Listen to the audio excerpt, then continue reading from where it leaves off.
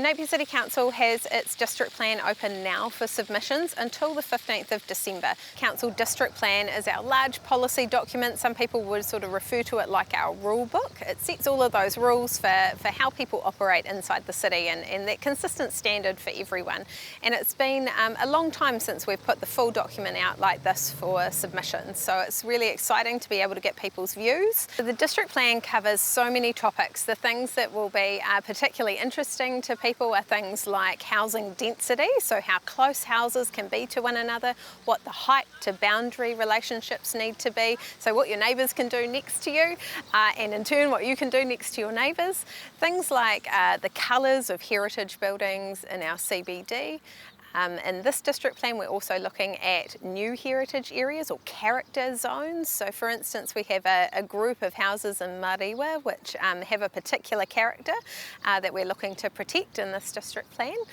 So things like that are out there for consultation. The district plan also covers things like how we deal with our stormwater on site. So we're proposing that new development deal with some stormwater on site before it's discharged into our council networks. We're proposing a new zoning in the district plan that covers 284 odd hectares of council-owned farmland. People will notice it being on the right as they're driving along Church Road with parklands on their left.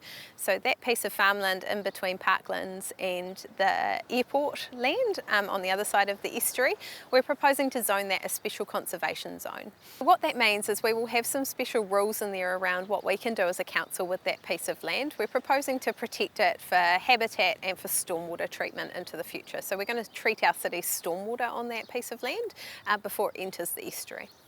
This year we have a e-plan, which is all of the district plan fully online, and you can see the full plan at sayatnapier.co.nz.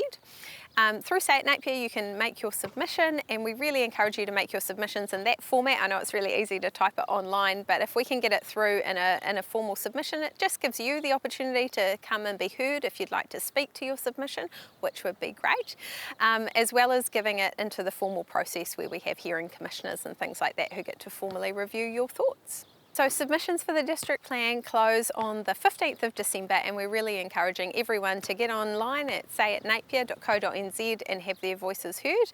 And then it's up to you whether you want to come in later and speak to those or not. Yeah, so while you're there, we also have our representation review open for submissions closing on the 15th. So the representation review is something we're required to do every 6 years, and it asks you those questions about how you want to be represented on council. So through that we ask questions like how many councillors should we have? Should we have a ward system where people represent pockets of our community, or an at-large system across the whole city?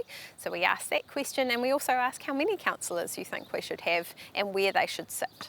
At the moment, council has 12 elected members and a mayor, and so the representation review asks you if you think that mix is right. So we encourage you to come and have your say at the same time as you're doing the district plan. Pop over at Say at Napier to the representation review.